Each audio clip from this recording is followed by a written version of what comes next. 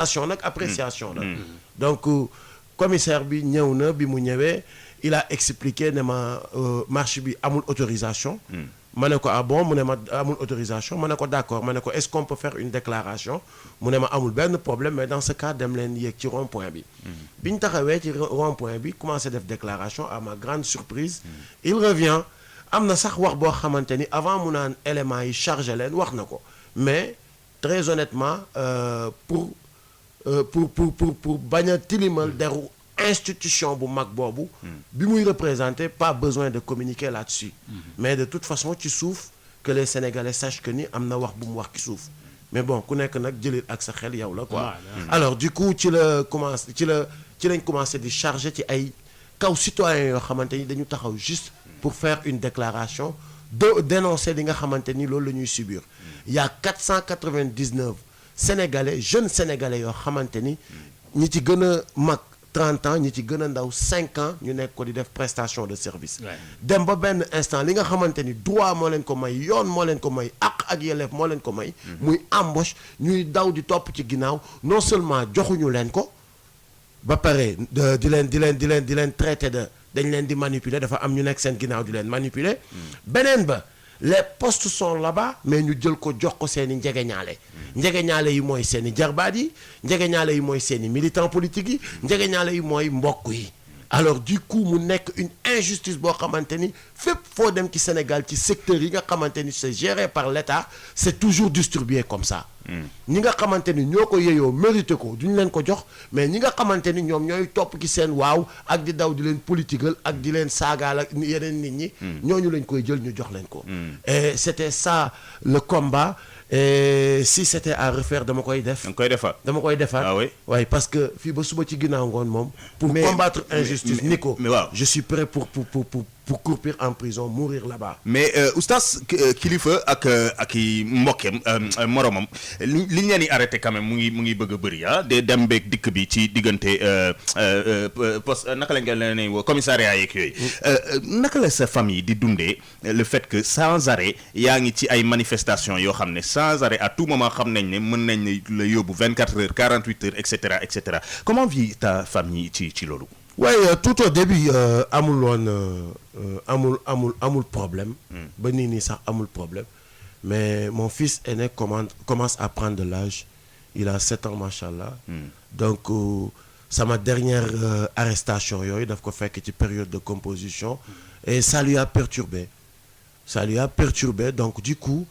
yombul waaw day xaw dafa métti quoi. affaire rek la waa. voilà parce que c'est lui quand même qui n'a rien demandé. Peut-être avec ma femme. bi muy dugg ci man xam na ni que ni je suis activiste. xam na ni que ni je défends des causes. te lu nekk mën na ma ci fekk donc elle s'est préparée à ça. mais un enfant qui est né. xam nga xamul comprendrewul ba màgg commencé gis yenn affaires yi. mais bon après ma expliquer ko je lui ai expliqué et il a compris machallah. Et il commence aussi à s'adapter. Sinon anyway quoi des fois des proches t'appellent pas plus que démb rek. Il y a une tante qui m'a appelé oui il faut nga xam ni ñi ngi koy defal jaruñu ko ña mais tout le temps je dis d'accord mais man xam naa ni ku foog ni je me bats pour un individu ou je me bats contre un individu c'est parce que tu ne m'as pas compris. Moi je me bats pour des principes et des causes. Moi je me bats pour libérer vraiment un peuple parce que pour moi aujourd'hui se battre pour la libération de son peuple est devenu une obligation. Se battre pour qu'on délivre les esprits, pour qu'on libère les énergies yi nga xamante ni dañ ko bëgg a jël naj ko mu nekk une énergie négative boo xamante ni bés bu exploser mare d'Italie, laissez les gens s'exprimer, laissez les gens donner leur opinion et dire ce qu'ils pensent de ce pays parce que ñun ñëpp a ko bokk. Pourtant en Sénégal bon d'après l'information yi ñu am ñàkkul liberté nit ñaa ngi wax xam nga Maodo liberté la liberté xam nga nit ñi ñu ngi wax à chaque fois dañ koy wax dañ naan boo demee ci yenn réew yi am na yenn kii manifestation yi liberté yi sañoo ko fa am xam nga Nico bul xool ki nga tane xoolal ki la tane parce que man je pense que ni un Américain n'est pas beaucoup plus méritant qu'un Sénégalais. un citoyen américain En matière de liberté. en matière de liberté. Oui, mais les Sénégalais sont libres hein, de s'exprimer. xam nga exprimer lan la ñuy wax mooy ki nga xamante ni par exemple day taxaw dépassé wala saaga wala génne benn insanité ci gémmiñam ñu ne way gis nga dara fekk ko ci. Ah, ok. Moi je ne parle pas de ça.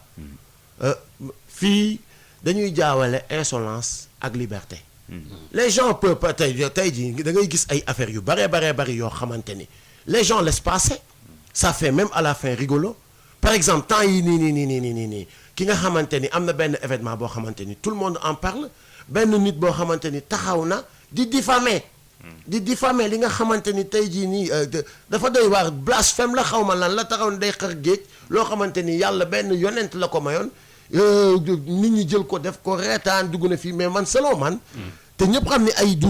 ay yëfi kàcc la selon man justice daf ko waroon a interpeller c'est très clair ñu aaye ko parce que c'est apprendre à nos fils de mentir absolument parce que comédie la mais bu ñu comédie bay jàngal suñu doom yi ay fen sérieusement quoi donc yooyu oui c'est vrai loolu moom justice bi moom damay xar géej gi moom dafa am leneen lu muy défier loo xam ne sax boo seetloo ci biir waxuma la dara sax waaye kilifa diine yi sax dañoo waroon jóg jàpp ci et on laisse ces divertissements passer parce que ça endormit le peuple après mais bés bu benn Nicolas taxawee après nga baal ma kilifa foofu bu société bi bëggee yooyu tamit loo ci mën c'est la société qui fait ça ñoom ñooy suivre ñoom ñooy topp ñoom ñooy mais il faut corriger parfois ñuy mais Nico dañ leen xam nga Nico mooy li Hitler waxoon li Hitler démonstration bi Hitler defoon dafa jàpp ginaar gi xoj ko ba ginaar gi di waaj a dee mu bàyyi ko mu respirer mu xojaat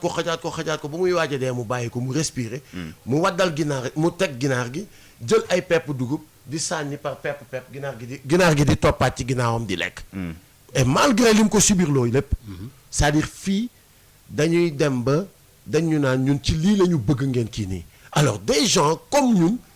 gisoo ce qu'on nous traite dañoo soof dañoo bëri wax dugg na fi génn fi weesu na foofu xam nga les gens du pouvoir seen yi ñuy taxé ay mouvement yu mel nii yu ñoom kilifa yeeg yooyu d'habitude dañu naan c'est des artistes ratés voilà très bien wala ñu ne c'est des fumeurs de yamba léegi pour mën a wàññi waaye dem leen uti liggéey waay dañ naan dem leen uti liggéey tukkatu yamba yi et cetera nan ngeen di dundee yooyu yéen mais nu ma koy dundee c'est-à-dire c'est de l'échec ils ont tout tenté Nicolas 25 ans jigéen bu ci juddu woon tey sëy nga ba toog sa kër ba commencé am ay doom lu yàgg dëgg la 25 ans lu yàgg dëgg la alors ils ont commencé par non dafa am ñu nekk seen ginnaaw jàllul jéem ñu jaxase ak sénégalais yi après boobu jàllul ñu commencé diaboliser boobu jàllul ñu commencé ñu dem ba échoué naan waaye dem leen uti liggéey waaye dem leen defi lii waaye vous êtes des artistes ratés un artiste raté dina raba ba dem ba Palestine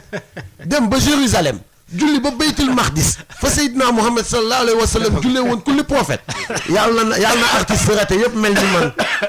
un artiste raté dina génne son dernier album jaay 35 000 exemplaires CD physique waxatuma la nag ci digital un artiste raté dina def le tour du monde un artiste raté dina animer lu tolloog plus de 50 conférences dans toutes les universités du monde ay Howard University aux États-Unis en Allemagne fépp dem ay Japon ak lépp un artiste raté dina def concert entrée 1 million yàlla na artistes yëpp raté c'est-à-dire mooy comme li may waxal rek quoi ils ont essayé ils ont tenté de nous enterrer alors qu'ils avaient oublié que nous sommes des graines. lan moo tax à ton avis lan moo tax à ton avis yooyu accusation ñoom ñu ci ngoy saa su ne pour wàññi leen la pour wan leen ne peut-être ci seen avis tekkiwu leen dara la. naka nga. mais pour toucher ce égo quoi. c'est-à-dire voilà toucher ce. dañu graaw boo nekkee nag ku faible. koo xamante ni préparé wuloo ça peut vraiment ça peut t'atteindre quoi. sape sa moral quoi sape sa moral mais sama daral laa fanaan ba 5 heures du matin je vends des moutons et ça fait 10 ans maa ngi ci loolu man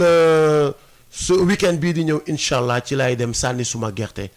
maa ngi 10 hectares yu may bay à Saloum c'est très bien loolu man damay loué